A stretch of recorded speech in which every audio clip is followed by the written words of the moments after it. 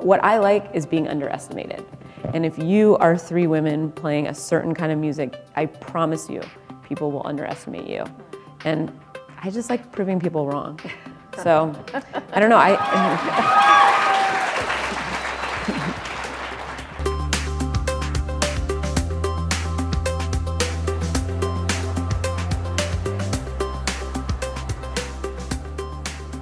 Good evening, everyone. My name is Yvonne Hunter, and I'm the head of programming here at the Toronto Public Library.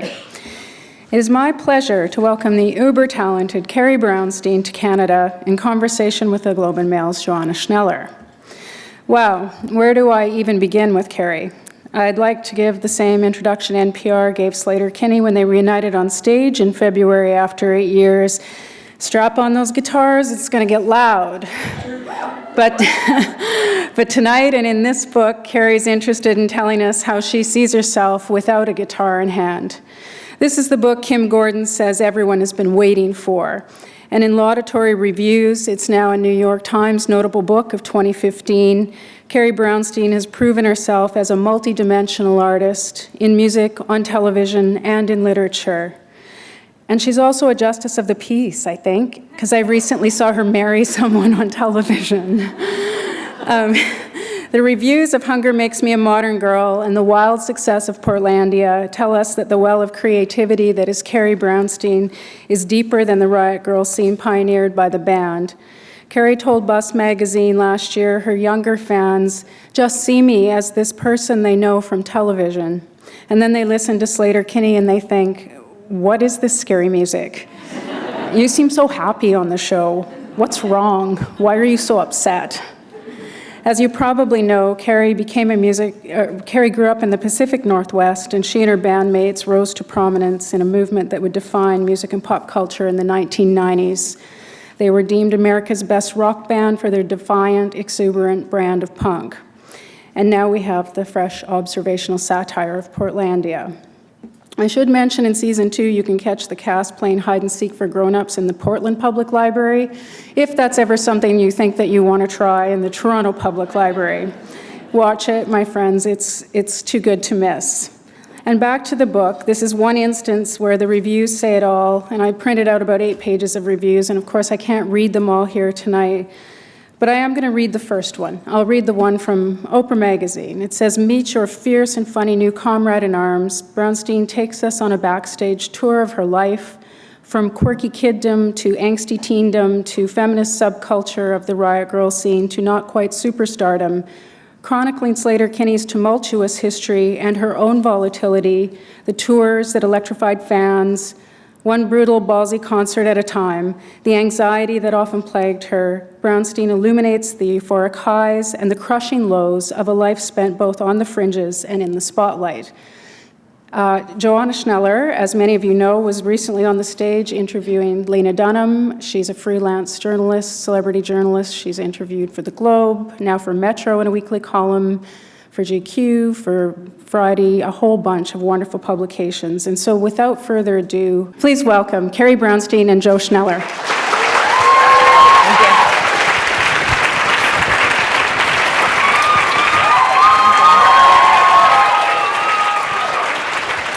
I'm good. I can hear you. I feel really good here. Do we feel good? All right, good. So is it different being on tour with a book than it is with the band? Yeah, I mean, you and I have never played music together, so already this dynamic is different. Touring with a large group, because it's not just the band members, there's also a very hardworking, lovely crew that we have. So there's about 11 or 12 of us, and that's anybody that's traveled in a group knows that that's kind of a clumsy way to get through the world sometimes. Just like meeting in a hotel in a morning to go somewhere and somebody isn't there, or somebody's left something in a room, and it takes a long time to do things. Whereas when I'm by myself, I can eat when I want, I can just move through the world in a different way. So that's the main difference, and this is quieter too. My ears are still ringing. My band finished touring last night in New York, and my ears are still ringing. I can't hear your applause. But I see it, thank you. So I'm going to take you right back to the beginning. And my first question really is just, what kind of a kid were you? Fun, super fun. No, I was,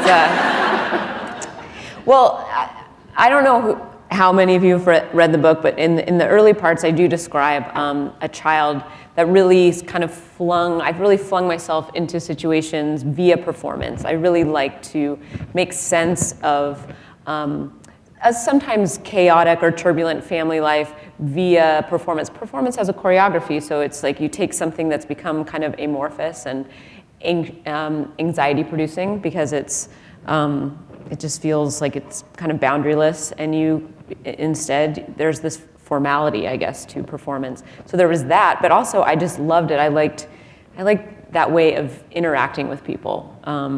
I was kind of the neighborhood impresario. I had a Duran Duran cover band. And cover band I used in a very loose way because we didn't play anything. We cobbled together instruments from scrap wood in our parents' garages.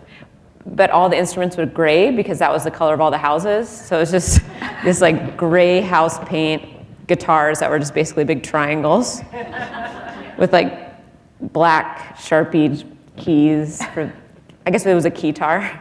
But I really liked that way of being. I was a very performative kid, very active. I did a lot of sports. I think I was a fairly anxious child, and so I needed to stay active a lot. Mm-hmm. Do you remember a particularly successful show or performance? Did you knock it out of the park with, Well, they were all pretty successful, I think. I mean, when you're, no, none of them were. I mean, financially, what's the litmus test here? Did one of my parents applaud kindly? Yes. Big success. But an example would be like if I never have taken, this is going to be shocking to you, but I've never taken ballet. I'm so graceful, so you probably thought she also does ballet. But my friend took ballet, and she had a ballet costume or outfit. I don't even know what it's called. It's not a costume. It's an outfit, ballet clothes. And my dad came over to pick me up to take me home, and I was like, hold on a second. I need to put on a dance before I leave this house. So I put on like the leotard and like a tutu, and a little Dance of the Sugar Plum Fairies came on, and I just worked my way around the room. And in my mind, that's probably one of my most successful moments. So I can also juggle 2 balls and an apple. Please don't ask me to do this now, and I won't. But because now it seems like I can't. But as a child, I could juggle, throw 1 ball in the air, take a bite of an apple. Oh. Huge hit, major hit. So yes, I had success early on. Was there a particular sort of moment or age when you knew you were funny? Later on, I still don't think of myself as a funny person. I think that I have always been a keen observer of phenomena and of people and the ways that people perform a sense of self, the ways that groups of people perform as a group, the way people perform couplehood. And that observation has been able to be sort of funneled into wit, but I don't think the currency through which that I use in the world is comedy necessarily. Like some people are just funny in every interaction. Like that's the way they sort of interpret things even in interpersonal dynamics, and that's not necessarily how I am. And what were some of the first songs that made you want to make music? Well, I grew up on a lot of pop music in the 80s, and so I loved Madonna. I write about her in my book. So I played Like a Virgin on the piano, really sexy version of it. I don't even think I knew what the word virgin meant. But yeah, and that was, and I also loved, my parents didn't have great taste in music actually, but they did have Fleetwood Mac, and I remember listening to both the self-titled album and Rumors and thinking those were great songs. Like The Chain or I Don't Want to Know, those are great songs. Don't Stop Thinking About Tomorrow. Van Halen, their album 1984, that little key, right, thank you. I mean, that little Huey Lewis Sports, I mean, these are the things that inspire you to play music. Hit after hit on Sports. First of all, Sports is the most brilliant name for an album ever. It's just like naming something, so it's so generic. Songs. Yeah, it's amazing. Anyway, but the stuff that actually made me want to pick up a guitar, which was much different from me wanting to play piano, was in early high school listening to things like The Jam or Television or B-52s or Ramones or going to local shows and watching bands actually perform. That was really the impetus for getting a guitar. So why guitar? Like, what is it about the guitar that... Well, in the late 80s, early 90s, guitar was, I mean, most of the bands that were playing live there was such a, like a reaction to this sort of synthed out 80s music. So guitar was it had a comeback, I guess. Guitar has a lot of comebacks. People kind of kill it off and then it gets resurrected as an instrument. And that was the instrument that I saw people playing. It's also very malleable. There's something about a guitar. You can bend the neck. You can play something with 3 chords. You can write a song with 1 chord. You know, you start listening to something like Velvet Underground, and you realize, like, oh, okay, I mean, it's complex music, but it's also simple in this other way of chord structure. The Ramones are simple. I was listening to Sinead O'Connor, and there's like amazing songs on her album with 2 chords, and I liked I guess how you can bend the notes, and I think there's something in that bending of the notes that really emulates a young angst, especially because you're looking through life in a slightly distorted, uncomfortable lens anyway, and so you hear something has assonance, but you also simultaneously are aware of dissonance, and being able to bend a note from being in tune to out of tune, that's very different than something you can't do that on the piano. And I think being able to like basically pull all of the harmony out of a moment, or pull the beauty out of a moment, that's what it feels like, I think, to be young and in pain. You know, you look out and you're like, this should be full of light, and all I feel is the dark. And I think guitar is a really good conduit for that. Yeah, that's beautifully put. I wondered also if there wasn't something great about just the physicality of holding it and being able to move around with it. You know, that's very true, but I think if I look back through, through now, I think like, oh yeah, it was always so like easy to control it. But when anyone here that's played guitar or plays guitar, if you really think back to when you first start playing, you're concentrating so much on the chords and getting your fingers to sit correctly on the fretboard and in the right location that freedom of wielding it, you know, like a shield or a sword or whatever, you know, analogy you want to use, that doesn't really come till later when you start to sort of master it and gain confidence. But what is exciting is you can play, especially with electric guitar, with noise without having the proficiency. So that you can start to get that, but it really, I think that kind of fluidity with the instrument and all the sort of wielding and bending doesn't actually happen. I think now I think like I've always done that, but it's very hard for a while. You just explained the Cars to me. I never understood that they would just stand there stock still and... Well, you're very welcome. I was meant to be an thank you. explanation. She means the band, the Cars, by the way. The Cars. But I can also explain automobiles to you. Yeah. I read in the book that Eddie Vedder gave you his guitar. Is that a common thing among musicians? Are you trading? Is that a thing? Just like Pokemon cards? No. Yeah. It is. I mean, that is something that happens, I think, with bands that tour together, and there is a tradition, I think, of passing down instruments to one another. Or you see or hear a like-minded player, and you sort of want to feel part of that lineage. But Eddie, as I write about in the book, is one of the single most generous human beings I've ever met, and he had a Gibson SG special. I mean, let's be honest, he had about 20 of the same guitar, and he gave me one of those guitars.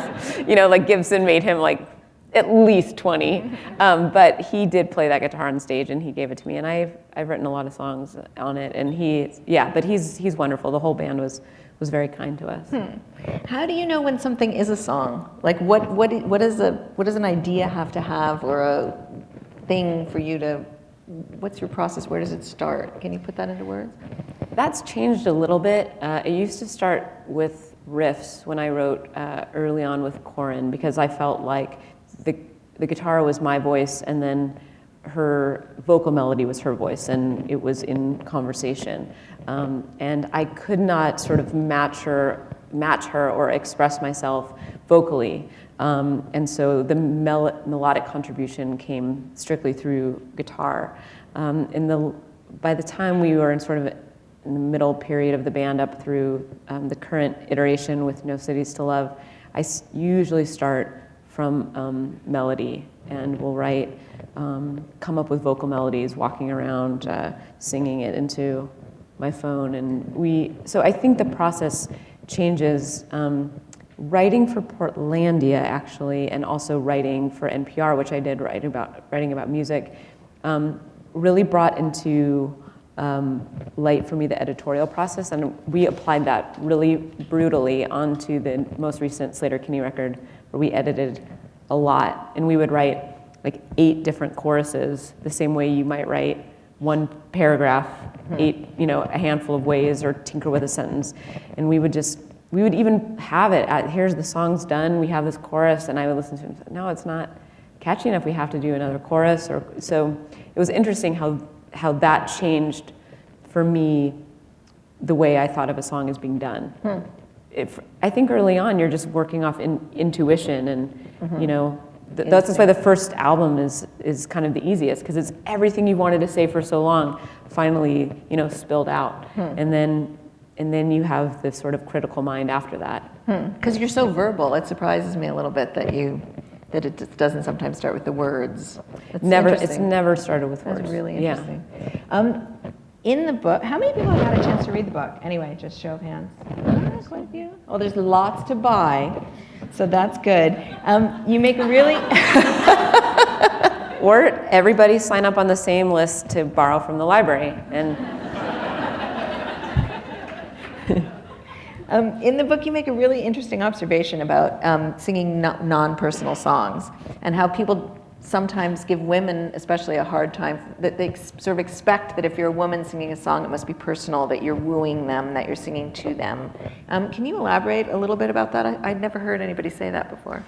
I feel like it's something that gets discussed a little bit. I mean, I think that, there's an assumption, and I mean, it definitely was directed at us, that, if you're singing a love song, that it's from your perspective, that it's always this first-person narrative, that you're, sort of not allowed like this sort of 360 degrees of possibility in terms of like who the narrator is. But I think that in some ways that's because the role of female as a storyteller, I think part of what the audience is projecting often onto you is that they want to think, well, you're singing to me. And if you're singing from a male perspective, that's sometimes a lot less interesting. It lacks an intimacy, and it lacks a vulnerability. And so, yeah, I feel like people often, are like, is she okay? It's like, yeah, she's fine. She's just singing a sad song. It may not be from her perspective. And, I think that yeah, I feel like there's also that in terms of it's not even so much female male. It's just the way we think about gender. Like if a man sings like a really personal song, he's sort of rewarded for that kind of sensitivity instead of like seeming like too fragile. You know, it's like, oh well, now he's just a more enhanced version of a man. He's so amazing. What a beautiful song you wrote. You know, like how many times have we praised like so many, like Kanye West sings like a song about his daughter and everyone's like, oh my God, oh my God. And it's like a woman writes a whole album about like her kid and it's just like, this is a mom record, But it's like I mean, I love Kanye West and I'm glad he writes, but it's that way that we just sort of put things into these categories where it's just like, no, it should be just feel a little more expansive than that. Does it? I'm not even sure how to phrase this question in our post-gender world. But did you always? Was it important to you that Sleater-Kinney was an all-woman band? And is there something different about it because of that, or does that manifest itself somehow in the art or in the playing? I mean, as I say in the book, I really don't think anyone's ever asked, why did you choose to be in an all-male band? Like that question has never been asked. And so I just don't even think of it as like, why did we, first of all, our first drummer, basically, second drummer was this guy, Steven.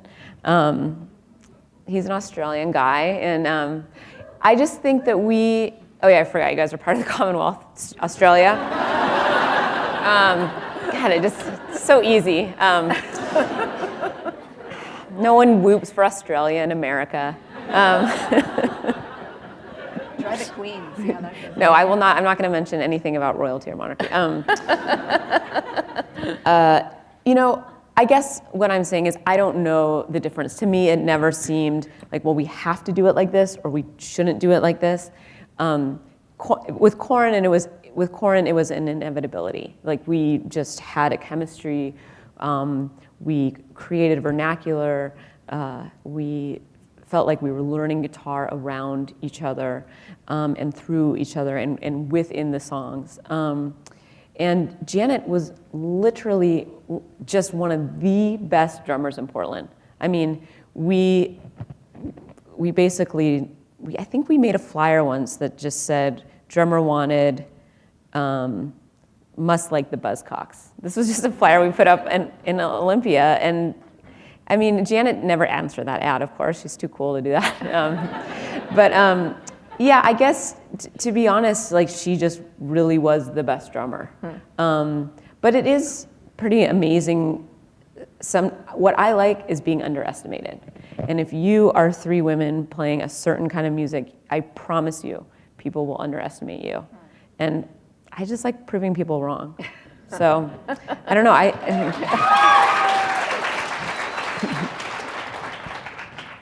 It's in the book you write really beautifully about disappearing into the music and sort of becoming the music.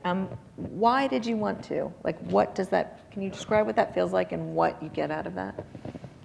Disappearing into music. Well, it's tricky because so much of my childhood was I was surrounded by two people, my parents, who were kind of engaged in a disappearing act in two different ways. Just these acts of invisibility. And so I sought out visibility and embodiment all the time.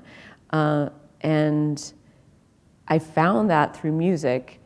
At the same time, I think part of that journey into of protecting myself from just this effacement and watching people in acts of self-effacement was to kind of shut off certain things. So music simultaneously became an act of being present, but also being able to sort of get lost in the ineffability of it, and in the sort of mystery of it. And through, I guess, that act, it's almost like the further you sort of allow yourself to merge with something that's collaborative and that allows you. So effortlessly to connect with other people. You're both simultaneously present, but also able to kind of disappear into, it's not even disappearing, it's actually just coalescing with something larger than yourself. You know, I actually really don't want to disappear so much as to just be kind of lost in the moment. Like, it's such a privilege, I think. Anyone that, I think Claudia Rankine, who, she wrote an amazing book this year called Citizen, and there's just this interesting thing about, you know, visibility. There's sort of risk to it. Like, it's a privilege to be able to disappear. Some people can't. Some people wish that they could walk through life and not be noticed every time, you know, they don't want to be noticed. So it's like, I think of music and art, that is a moment, and being on stage, it's a privilege to be able to get lost in something, I think. You know, there's so few moments that allow for that. I imagine writing a book about yourself then was a very different exercise. Like, it's sort of like appearing, or you know, that you're manifesting a version of yourself a little bit. Can you talk about why you wanted to write it? Well, the story, I think, because it is about, you know, sort of finding myself through music and community and collaboration, a lot of that was a story of youth. And that felt, the container for that story seemed best suited within Sleater-Kinney. And that felt like it had already kind of happened, and I could tell that story from sort of this inchoate childhood to something that started to like take shape and become eventually who I was. So I felt ready to write that. I also had really been writing a lot for National Public Radio and a music blog for them, and found that when I inserted my own stories into the narrative, that's what people connected to the most. So I kind of wanted to do those things at once. And that's why it doesn't really go up into present day, and I kind of stopped before Portlandia and all that stuff. What can you talk a little bit about what your writing pattern was like, what your writing style was? When would you write? And yes, I can. I wrote. Would you? I'm a morning person, and I have a couple other jobs, and but a lot of writers do. Although I'm always amazed when you read some article about like a guy that's like a lawyer that like was working like, you know, 8 to 6 every day and then like goes home and writes. That I don't think I could do that. But when I wasn't doing my other jobs, I would carve out time, and I really would set the alarm for somewhere between 4:30 and 5. I can't wake up like that on my own, but I think best in the morning. So I would make coffee and start writing. And I found that if I allowed myself one moment of distraction, or my brain went down pathways of procrastination, that I was in trouble. Because procrastination starts noble. You're like, I am going to read the newspaper so that I can be informed. And then you think, I should check email and write back to people immediately, because that's what efficient people do, and that's what polite people do. Then you're like answering emails from like weeks ago, and then you're like, wait, did my uncle write me like 6 months ago? And you're like, I'll write him back. And then eventually you're just like looking up face lotions on Amazon.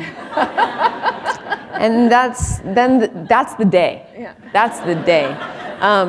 So on a good day, I would write for a couple hours and be done at noon, and just drink the rest of the day. I didn't drink the rest of the day, but I would really be done at noon, because I really can't write for more than, you know, maybe 5 hours.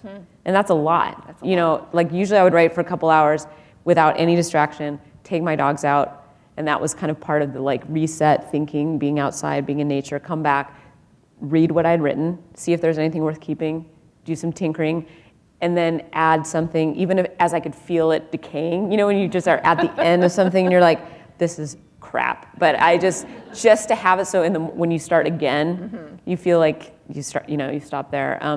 And then the rest of the day was free. Yeah, John Irving says he always stops when he knows what the next sentence is going to be. And then he'll start there the next morning, which always seemed very orderly to me. I don't think that I could pull that off. But yeah, also I feel like I write until the ideas are just terrible because otherwise I'm afraid like to stop in a good moment. Right. Like I like to sort of almost like feel like even though I'm writing on a computer that like you're running out of ink in the pen or something because sometimes you know how fleeting good ideas are. I mean, I wouldn't want to just think, oh, I have a good sentence, I'm going to save it till tomorrow. It's like it would be gone. Yeah. Did you surprise yourself while you were writing? Was there stuff that you remembered, stuff that came up that you were like, where did that come from? Or a little bit. I mean, it was a pretty assiduous process in terms of going back and, creating like the structure and the chronology and doing a little research and interviewing people. But yeah, occasionally, in terms of early childhood stuff and some of the early Sleater-Kinney stuff, it didn't always happen on the page. Sometimes it would happen away from the actual process. And then it was really important that I jot that down and realize, okay, that's a very illuminating detail that I have to put in there. But it helped when Sleater-Kinney, just coincidentally, as we started to play music again, to re-immerse in that world was really helpful for sort of coloring in some of the stories about touring and recording and stuff like that. because you really remember the feelings. It's really, who did you interview? Who did you have to go back and check stuff with? My uncle, my father, my mom's brother, my sister. There's a lot of people. It's memoir subjective, and I think that, its relationship to memory, it's not, necessarily, like I read Patricia Hampel and also Vivian Gornick and a lot of people writing about the idea of memory. And so I felt like I wasn't worried about veracity, but I did want to make sure that I wasn't completely off base with something. And I sometimes wanted details. My sister had a lot of great stuff about like bringing my mom home from the hospital and just certain details. And, I actually enjoyed that process a lot. Did you make any deals with anybody or with yourself about what you would or wouldn't write about? You know what I mean? Like, did you run things by like people? back alley. I made some couple back alley deals. Pot dealer. No, I didn't make any. It's a very. I only put vignettes and instances in the story that I felt served the themes, and I left out other things. It's such a love letter to music, to my bandmates. I think it's quite a compassionate take and a very self-aware book. So I wasn't overly concerned. The only person that I read segments of the book to was Corin, who is my bandmate, because there were specific things that I felt like, because she's another public person and that we had never talked about in an interview. So I read some of the manuscript to her. Mm-hmm. But what I realized was that she laughed and she really enjoyed it. I realized people are more mad to not be included. I found out. It doesn't matter what you write about them, if they're not in there, that's not good. So just put everyone in. Every single someone that whoever delivers your mail, just make sure they get a little shout out. Every teacher you've had. No, but I have actually noticed that it stings more to be omitted, because then you realize, oh my gosh, this person experienced this and it was like I wasn't there. Yeah, I wasn't a part of it. Aww. Yeah. Now you mentioned your parents hiding in plain sight. I wonder if you can talk a little bit about them. You talk about them very frankly in the book. And just in terms of how their impact on you, really, if you don't want to go into too much detail about them, if you feel comfortable talking about it a little bit, in what ways they were hiding? Oh, sure. So, my mother suffered from anorexia, so she was literally engaged in kind of an act of disappearance and harm to herself that manifested in her losing a lot of weight and being hospitalized, and then she kind of pulled the ultimate vanishing act, which was to leave the family when I was 14. And then my father didn't realize, but he was gay, and he came out in his mid-50s. So he had a completely cloaked version of himself and really wasn't his true self. and was kind of, he was a very sort of partial, there was a real vagueness to the family. Like everyone was kind of engaged in their own acts of denial, which I think for kids is hard because you're looking for something solid upon which to grasp and make sense of your own life, and you have people that are sort of like feel like they're kind of hiding from you in various ways. So it was, I think that made for a very anxious childhood for both my sister and I. So now you've got this book where you're writing about yourself. You know, you're inviting a lot of us to kind of know you, or at least know the you that you're putting in that book. Are there sort of real pleasures in that? Are there kind of terrors in that for you? What is that? No, there's no terrors. I mean, not yet. I don't know. I guess, again, it's like a very deliberate memoir. I think, you know, people liken it, or I think sometimes mischaracterize it as like being like a diary, or that you just sort of like bloodlet onto the page, or that it's confessionals. It's very artful. It's very crafted. This story is very curated, and everything sort of serves its purpose. And there was nothing in there that I thought, well, this is past the point of no return, or this doesn't serve a creative hook or need in the book. So no, I feel all right about it. Mm-hmm. So no one's gotten mad at you for telling the truth or anything that's in the book. It's your... No, in fact. So I've mentioned this before, but people, especially with my father, oh my God, it's so intense about your dad in the book. And when my dad called me after reading it, and I did have a moment where I thought, here we go, we're gonna have this talk. And he was like, were you and I sharing a credit card when you were in Australia? And like his concerns were 100% fiduciary. The other thing he was worried about was that the band had stayed in some derelict houses when we were on tour. But this is what I love about my dad. I mean, those are such dad questions. Like he's like, I might owe him $600 from Australia, like.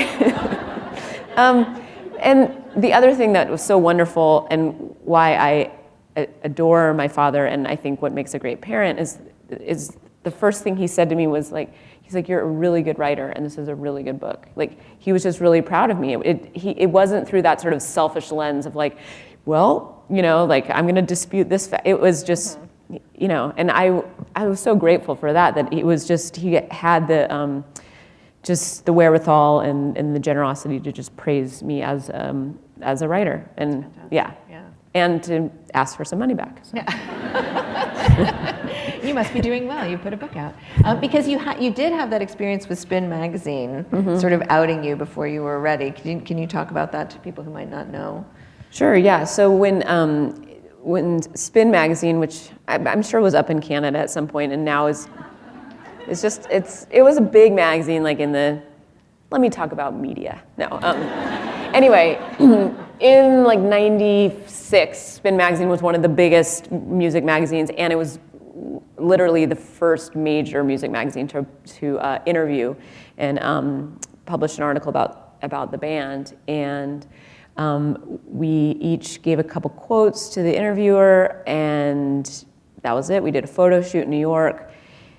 And without ever consulting with Corin or I, the interviewer, he wrote that we had dated. And Corin and I were out to we were not even dating anymore. All of our friends knew we were dating, but our families didn't. So my father called me, and this is years before he came out or even knew he was gay, so it was very complicated.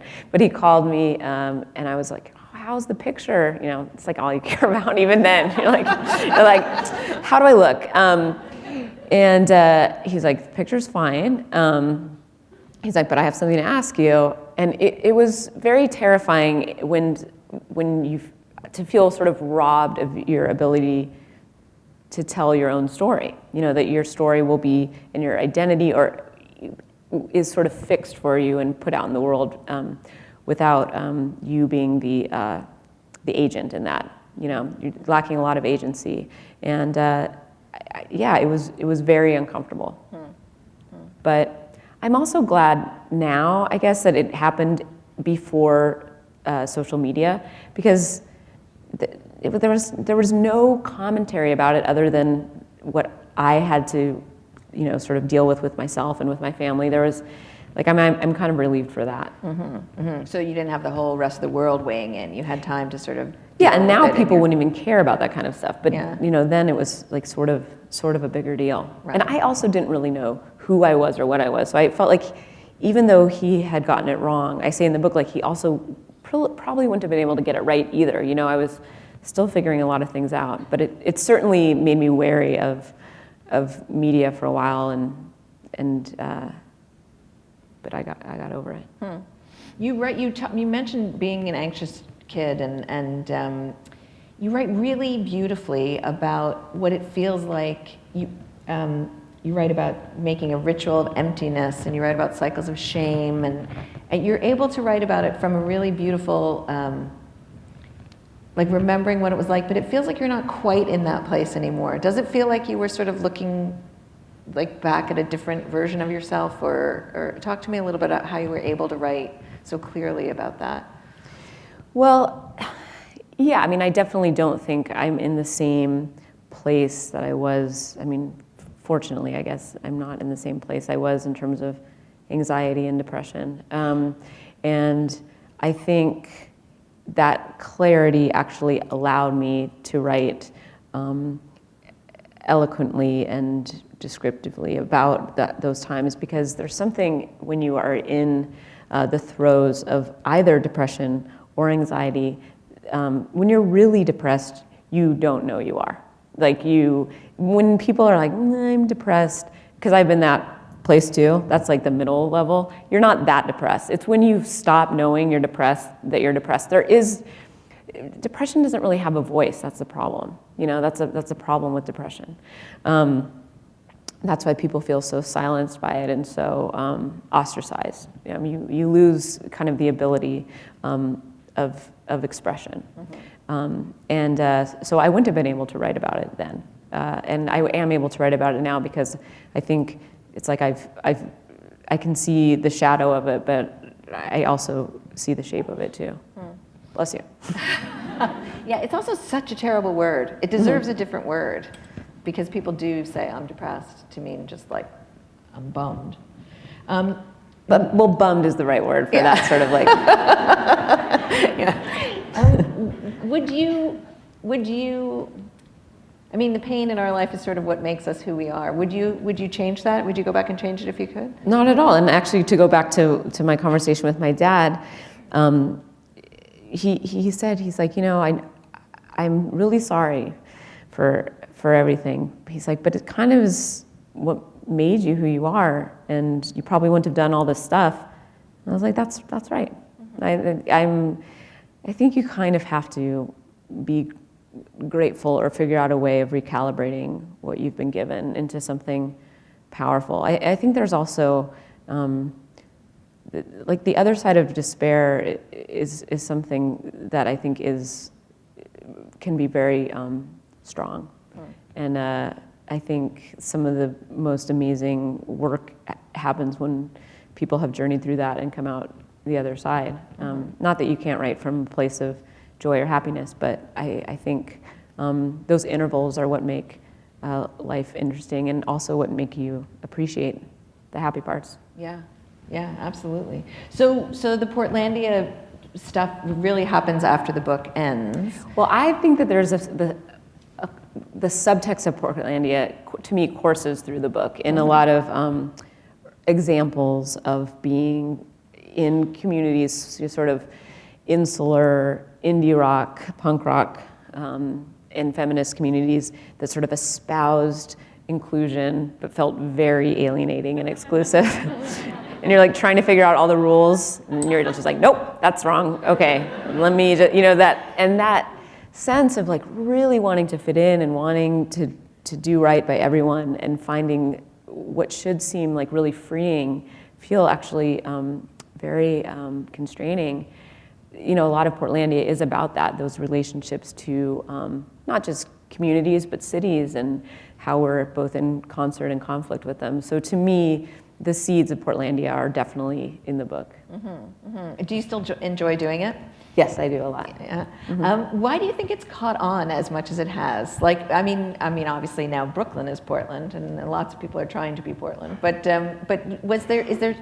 I mean, I think what you said about the seeds of community, that's in there, and you can find that anywhere you go. But like, is there something specific about these people, those characters, that city, that setup?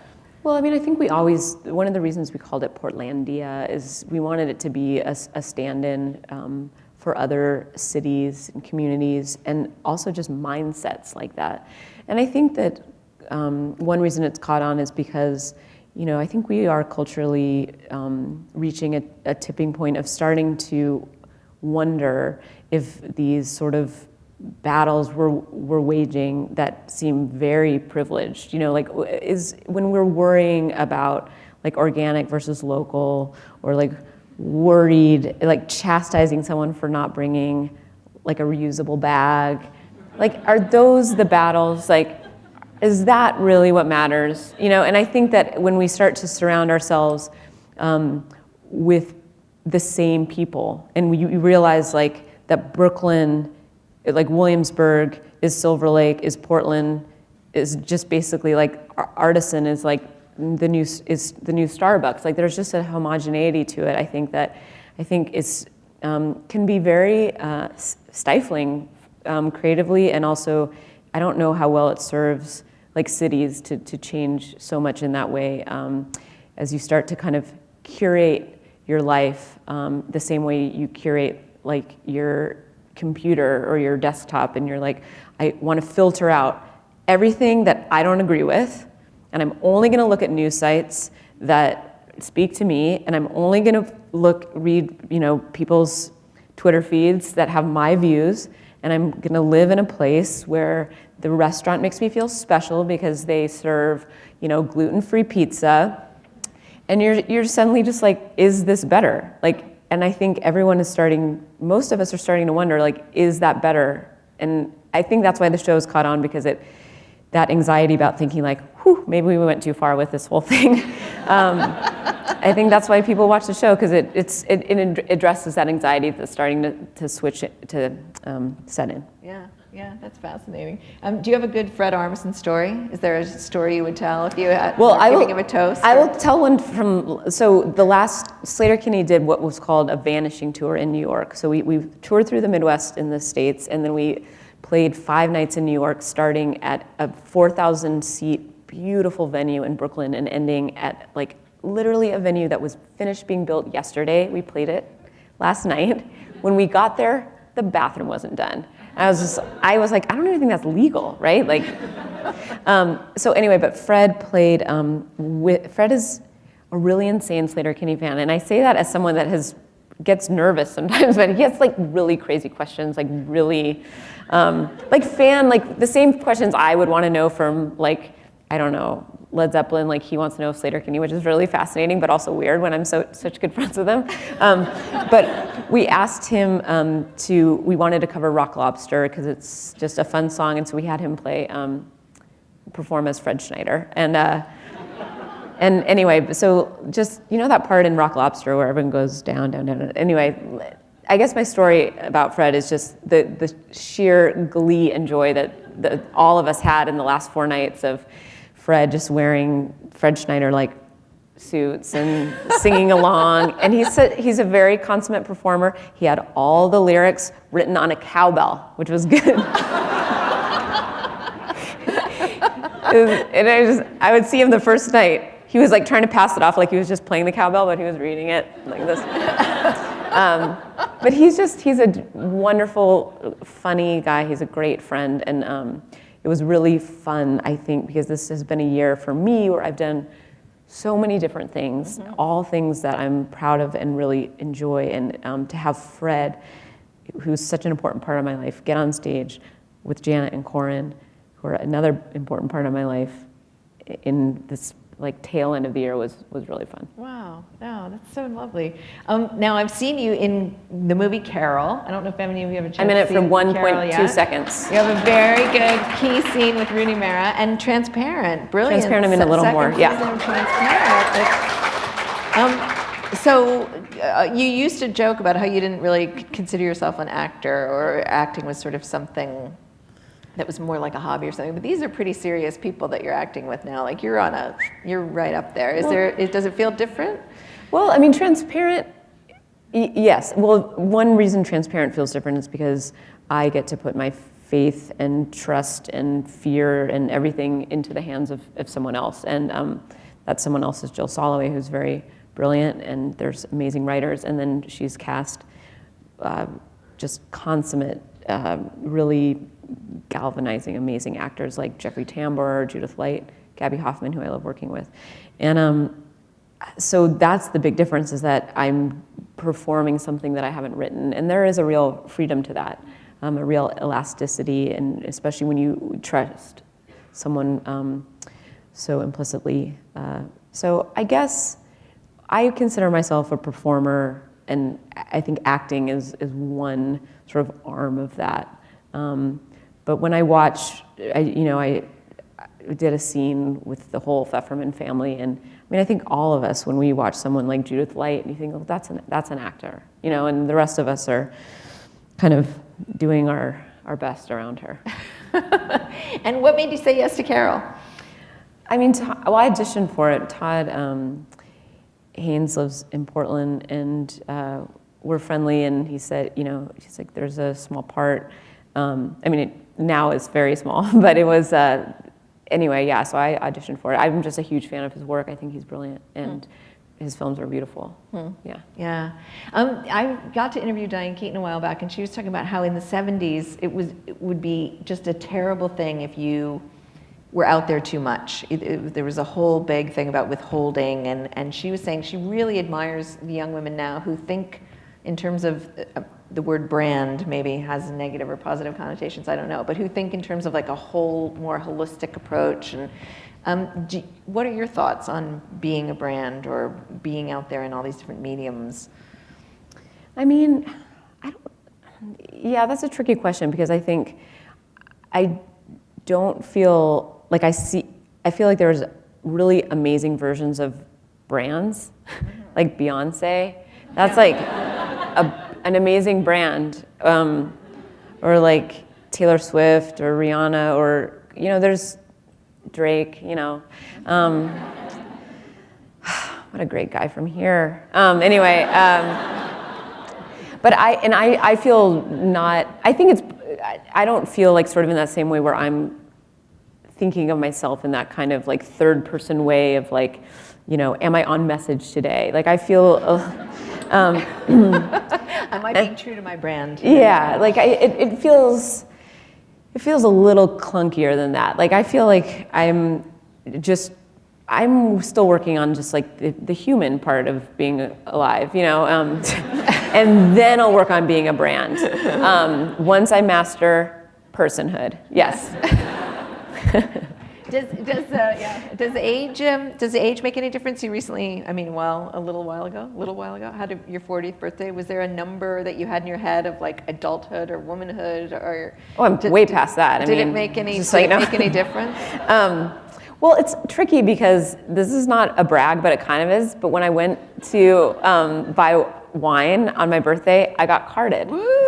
And so I don't feel my age, but I also am glad I'm not, 20 again. I feel very, very happy with the amount of experience and years that I have. But I don't even know what your question was. Do I feel like an adult? No, yeah. No. Yeah, I mean, I'm an adult, but I also I don't know, the settling to me, that whatever that version, and I don't think it's necessarily like married to adulthood, but that kind of being settled or complacent, that is very anathema to me, and I'm very wary of it. However, in the last couple years, and I think this is a sign of maturity or just having a greater sense of awareness, because contentment was another thing that I often felt like, well, contentment, that's strange. But I realized fulfillment is okay. You know, like I want fulfillment. You know, so there's ways of going through the world and still being very engaged and, you know, still kind of like struggling or fighting or like having a sense of, you know, even irascibility, but wanting to feel, you know, fulfilled in terms of your life. Wow. What are you glad that you know now? Like you said, you reached a That? Yeah, that. Yeah. You know, I'm glad that you know, I think the things that you really start, when you talk about like the brand stuff to me, like I really think like at the end of always the wisest people I think know that that's not the stuff that matters. You know, you're just, at the end of the day, it's the people you surround yourself with, it's who you can call in the middle of the night, it's the people, it's giving, it always feels better. You know, those things you definitely start, I think, realizing that more as you get older. Some people realize it early on, but I think for most of us it takes some time, and also because you're so like hungry and like striving for things when you're young, and you're just like, that's it, that's the brass ring, and you're like, there is no brass ring. Like, if you're not happy, there is no brass ring. What would you love to be able to do that you can't necessarily do now? Is there anything that you... I mean, just statistically, there are more things I cannot do. Like, there's so much I can't do. I'm a terrible cook.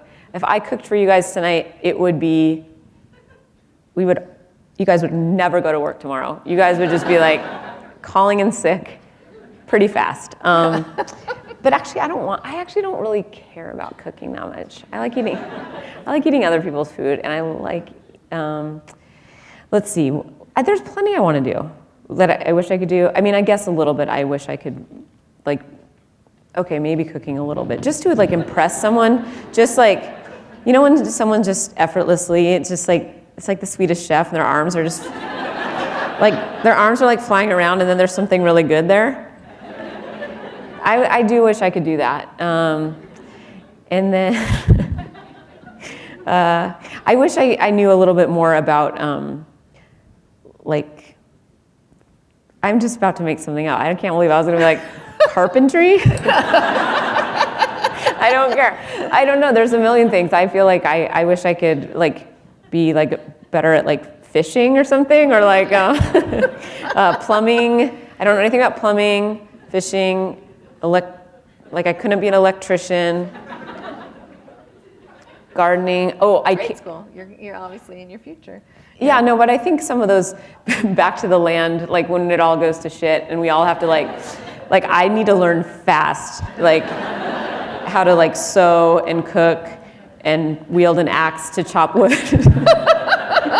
Like these are things we should all be learning probably now. Soap making. And so that also I can build a safe room or something like.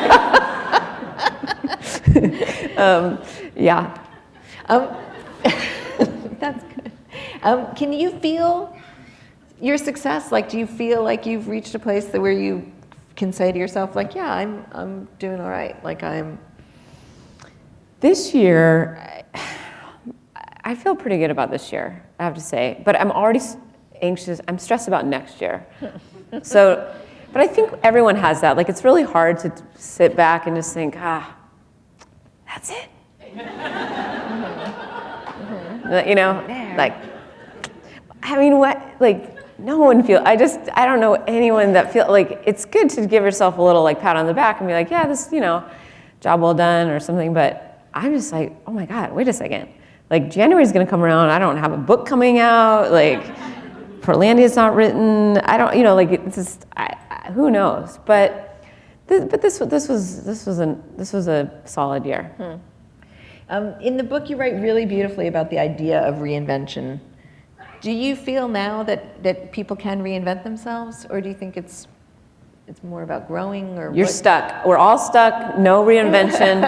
Just reinvention's a big word. It is a big word, but I feel like reinvention. It doesn't have to be like earth-shattering or, you know, like particles shift or divide or anything like that.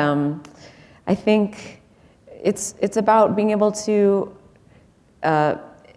accept, you know, even like accepting yourself is a form of reinvention, because you go through the world differently when you look at yourself and like yourself. You know, when you don't hate yourself for something, when you don't want to destroy yourself because you messed up, or when you start treating people better. You know, that's reinvention. You don't have to go from being like an astronaut to a movie star. Like, those are like, I mean, you know, we look at someone like, we look at these superstars and you're like, oh my God, he was this, rapper from Toronto, and now he's now he's got his own whatever car or something. Yeah, that's like a cool form of reinvention, but I would rather like reinvent myself from like just, waking up and thinking like, yeah, all right, I'm okay with who I am, and I'm gonna like treat myself well today and be nice to everyone around me. Like, that's plenty of reinvention for the average person, including myself. Yeah. Just generosity and graciousness, I think, are like, we could all benefit a little bit from that. Well, all that comes across really beautifully in your book. And I encourage everybody to rent it from the library or buy it, your choice. But thank you so much. Thank you for coming out. Thanks for the interview. Thanks for coming. We're going to do some... Sure. Yeah. We're going to open it up to questions now. So there's a mic in the center aisle, and people who have questions, please line up at the mic. Hi, Carrie. Big fan. Hi. I have a buddy in New York who's been traveling around to see you guys for the last couple of weeks, and he made some Janet Weiss T-shirts and that sort of thing. So just wondering, do you like that kind of crazy fandom? Do you think that's kind of crazy or endearing, or other thoughts on that sort of stuff? I write a lot in my book about fandom, and I'm such a huge fan. I think that it's always been great to be a fan, and I think fans have always inserted themselves into the narrative of the artists that they love, and through imagination or fan art. But there's never been a more exciting time to really insert yourself into the landscape. Literally, you can, with technology, visually insert yourself. You can do it through audio. Like, it's very, it feels like a collective. It feels like artists are, like, you can take out a piece of them and put yourself in there. But I like the Frankenstein version of fan and artist. I think that's a really exciting way to exist and to sort of cohere around something that we love. Yes, a lot of fans made these shirts. Excuse my French here, but our drummer's name is Janet Weiss, and they made a shirt, Janet fucking Weiss. And it started proliferating, and then there were many shirts. And Janet loved it, and we all loved it. I think that's cool. I mean, I would have done the same thing. Not for Janet, or for me, or for Corin, but we did actually, okay, that's not true, because last night, we made a shirt that said, instead of Janet fucking Weiss, we made a shirt that said, fucking Janet Weiss.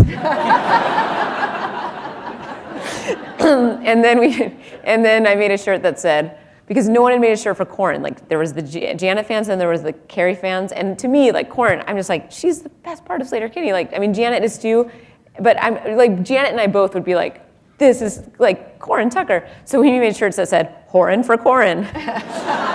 So, but in that way, like, what I like is that the fans created the idea first, and then we took the idea from the fans. Like, I love that. It's a reversal of inspiration, and I think that, and it's a shared inspiration. I think that's really cool. Thank you. I'm also going to say that the people who are in line now, we're going to just stop there. So if you didn't get in line, I'm sorry, but we're going to.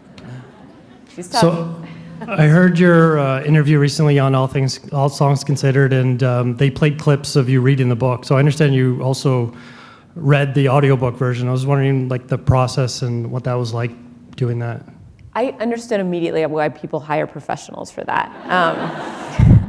This producer came out from the American publishing house, and she was like, it's gonna be about 8 hours a day for 3 days in a row. And when you're reading to yourself, and like, I'm sure we all read differently, and you're just reading it, but most of us, in terms of what we've read out loud, is about as long as a children's book. Like that's the most, like Goodnight Moon is like the longest book I read out loud. And then I was suddenly reading hundreds of pages, and I was like, I'm a terrible reader. And I had to go back, and I basically got better at it. But it was hard, and it was also emotionally difficult because when I was writing the book, even though the content of the book is sometimes intense, when you're writing it, you're not thinking about that. You're thinking about the architecture and sentence and syntax and commas. I mean, you're really crafting it.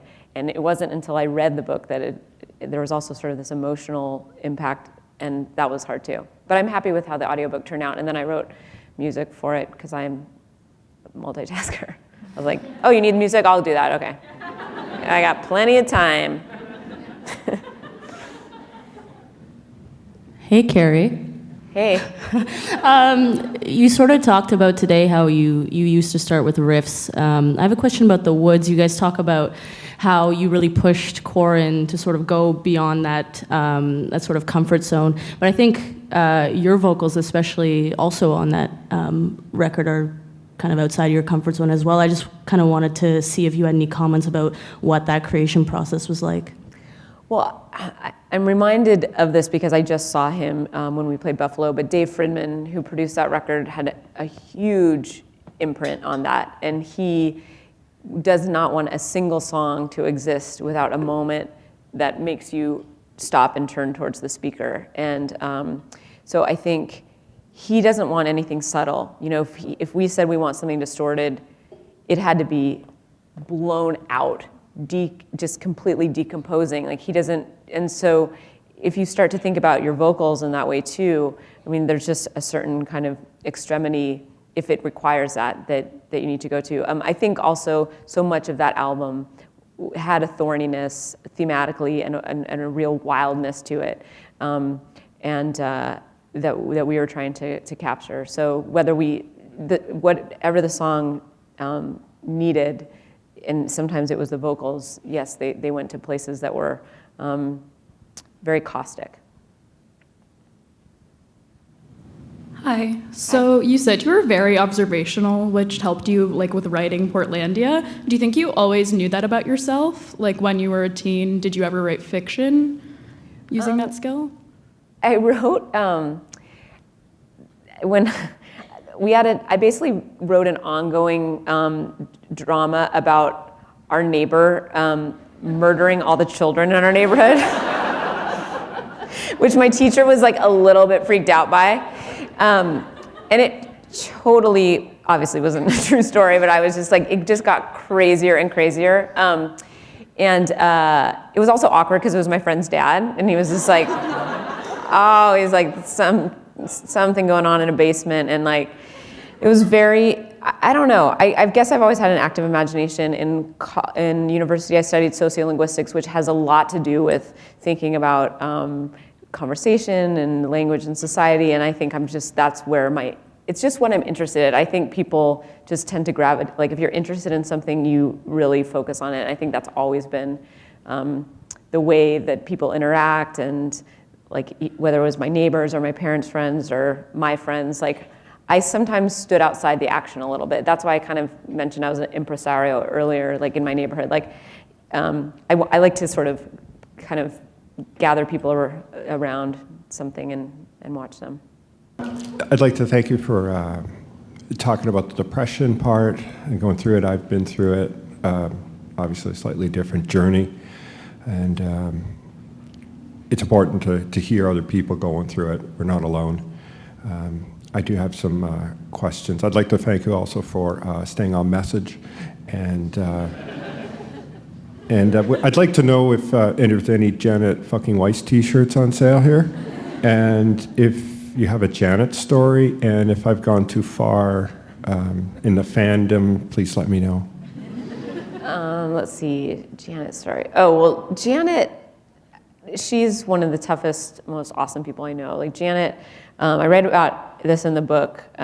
She was always sort of our interlocutor in like party situations. Like Corin and I, we try to go to bed at like 11 p.m. You're usually playing at 11 p.m., so that's hard. Janet was always the one that was like, going out and like playing pool with the other bands, or just like hanging out. But another sort of, since I did a recent story with Fred, I'll do one with Janet, which was that like a intense athlete, her hands are so shredded from drumming that she literally she's like taping her skin. It's so intense. She's just before she plays, like I guess like a gymnast or something, basically her fingers are staying on from tape. Because she's so badass. And she plays really hard. And she's very awesome. And she also loves, one very sweet, endearing thing about Janet is she's like a former art student. She did photography in college, and she still loves making collages. And she always makes like the sweetest like Instagram like art. And she makes like beautiful, like paints these beautiful like designs on her drum head. And I just think it's one of the cutest things I've ever seen, because she's like so tough, and like sometimes me and Corn are like scared of her because she's just like, she's the ballsiest of all of us. But then I love when she just like busts out like a dog collage or something. Yeah, I love her a lot. She's great. Yeah. Hi. Okay, me and my friend are both really big fans of you, and we were wondering, as like young musicians or just young people in general, like coming from yourself as a content creator, like how can we make an impact like in our community or in our school or what have you? Well, I think innovation is good. So, you know, like coming up with something that you feel like you haven't seen before. I really think that that's, you know, like drawing the center instead of like the fringe, like coming towards the middle. I love when the center has to go out and meet the margins, because that's where the most interesting thing is happening. But recently I was talking to a friend in Portland who is a professor an art professor, and he does social sculpture. And he had just started, he's like, oh, there's a very sort of, there's a middle school there that's in like sort of one of the poorest parts of Portland. And he decided to put an art gallery in the school. And I just really I love that way of thinking, where what you're serving and what you're doing is partially about yourself and your own desire to create. He is an artist, he wants to create, he wants to be around artists, but he's also thinking like, well, how can this like impact where I live? And I like that relationship, and I think like that's just a good example of thinking about that tension. But also for yourself, I think you gotta take risks. I just wanted to ask, because I think Sleater-Kinney are such an important voice in rock music and in general. So I was wondering at first, like, how were you guys received, especially your first album, which spoke about a lot of important things, I think. Like the self-titled one? Here's the great thing, pre-internet, I have no idea. I don't know. I mean, I'm sure people wrote reviews, and it's probably sitting in a box somewhere because I collected it. But, no, that's actually a true answer, but I will say people did not understand us. I do remember reading an early review that was just called us, it was like cookie cutter, blah, blah, blah. You know, you have to tune that stuff out. People, I like when something is misunderstood. I think there's such a more interesting conversation when something is liked by some people and disliked by others, when there's this disparity of opinions, when there's a differentiation of opinions. To me, like, aiming for the middle is just the worst. You know, like aiming for like, oh, lowest common denominator, everyone's gonna love this. That's rarely good. I mean, maybe we're all gonna love Star Wars, but that's proven at this point. You know, like, but like, you don't wanna make, you know, like, try not to make Star Wars as your first thing. That's the best advice I can give you.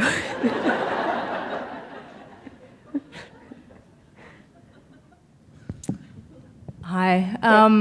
So I'm a very big fan of your music. It recently got me through a hard time, and my 5-year-old son, sings along to Modern Girl now. That's sweet. And I had a couple questions.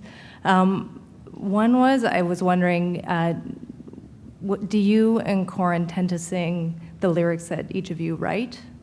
I'll let you. Oh, answer. well, I'll just answer. Can we just answer one at a time? Okay. Thanks. Yeah. I will sometimes write lyrics for her. I am a little more persnickety about it than she is. So if I've started, like Corin writes amazing lyrics for the songs she sings. I get a little bit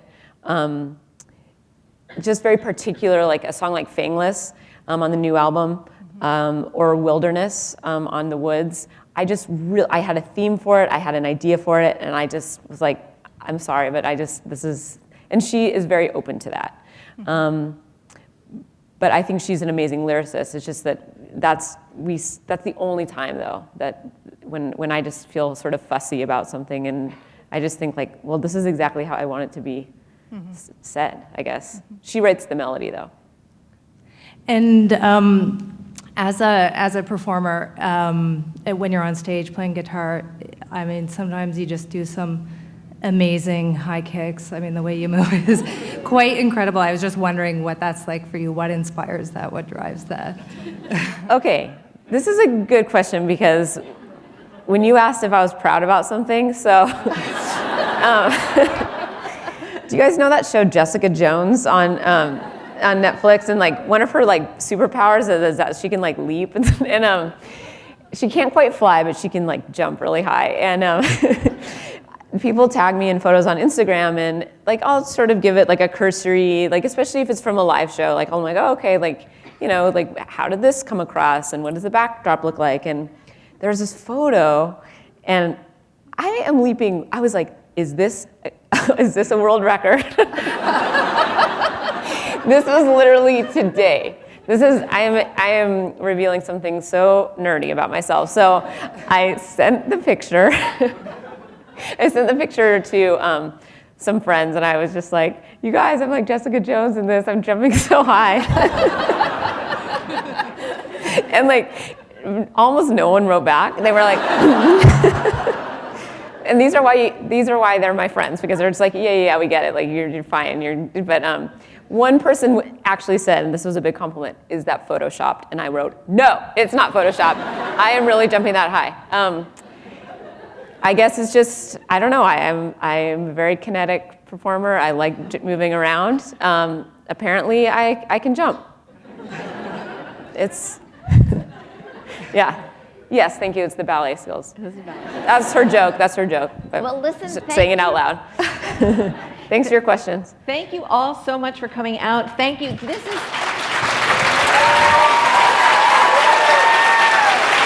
Oh yeah,